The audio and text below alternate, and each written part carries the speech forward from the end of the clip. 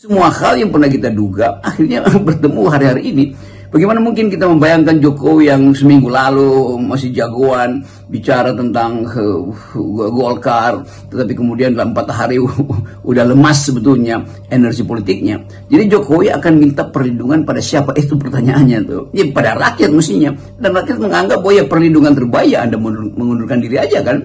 Jadi akan ada cerita baru bahwa tuntutan itu akan bertumbuh terus sebagai tuntutan etis, dan semua tuntutan etis tidak mungkin dicegah melalui alat-alat kekerasan. Itu udah nasib sejarah tuh, dari revolusi Prancis pergi pada kasus-kasus penumbangan rejim otoriter, itu semuanya berlangsung di dalam catatan sejarah.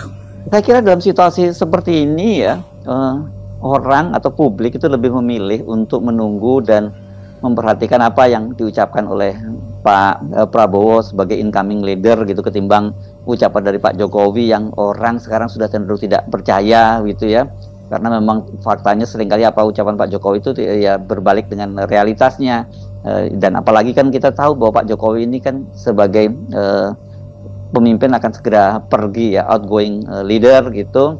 Bahkan hari ini ada banyak yang tidak sabar untuk meminta Pak Jokowi segera untuk dapat pergi lebih awal begitu.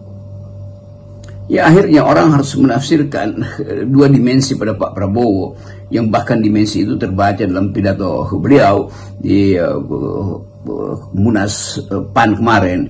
Kan poin Prabowo, jangan ada orang yang berupaya untuk memisahkan dia dari Jokowi. Itu sebetulnya etika tertinggi dari seorang pemimpin. Karena apapun keterangannya, Prabowo masih anak buahnya Jokowi. Dan itu pendekatan yang harus dipakai adalah biarkan itu berproses secara natural. Jangan dibentur-benturkan. Kan itu istilah Pak Prabowo. Bagus memang istilah itu.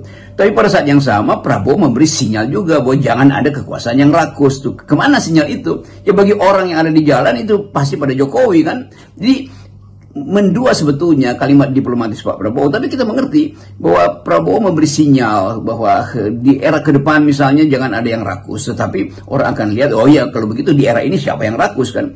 Jadi semua sifat linguistik di dalam pidato-pidato para politisi bisa kita bongkar asal usul idenya kan. Genealogi dari konsep Pak Prabowo di Munas PAN itu mendua bahwa ada keinginan untuk mempertahankan kimia antara Pak Prabowo dan Jokowi, dan karena itu Pak Prabowo menegur mereka yang ingin memisahkan Jokowi dan Prabowo. Itu betul secara etika politik real hari ini, tapi juga betul bahwa Prabowo memberi sinyal bahwa kekuasaan yang rakus itu pasti akan ditentang oleh rakyat. Kan itu intinya tuh. Jadi kita mungkin bisa